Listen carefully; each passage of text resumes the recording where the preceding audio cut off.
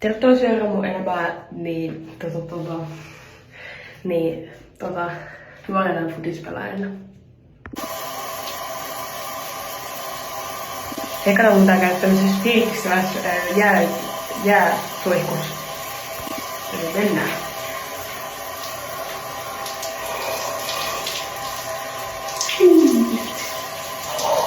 Kyllä kylmää. Oi. Kai se on pakko.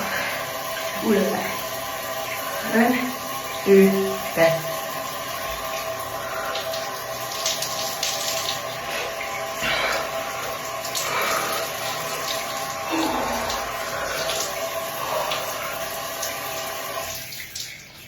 Toi oli todella kylmää.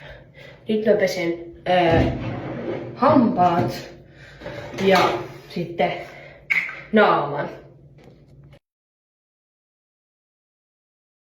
Sitten mä pesen mun kasvot ja laitan hajuvettä. Ekana nyt tämmöstä vähän pyyhittä. Tälleen. Joo. Näin. Sitten tämmöstä hajuvettä, mitä mä laitan. Oho! Jotka haava. Kaadun pyörällä tänne. Noin. Sitten mä harjaan mun hiuksit ja laitan ne silleen hyvin, ettei näytä hassulta pelissä. Hain tämmöstä powderia.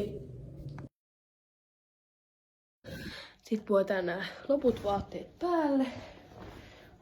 Tuolla on aurinkoista, mutta siellä keskustassa sataa, joten puetaan nää päälle.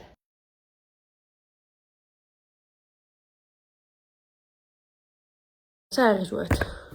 Sitten mä teen venytystä. Ekana mä tein tämmöstä tän punaisen nauhan kanssa venyttelyitä. Sitten mun pitää tehdä 10 punnerusta. Sitten vähän kyykkyjä.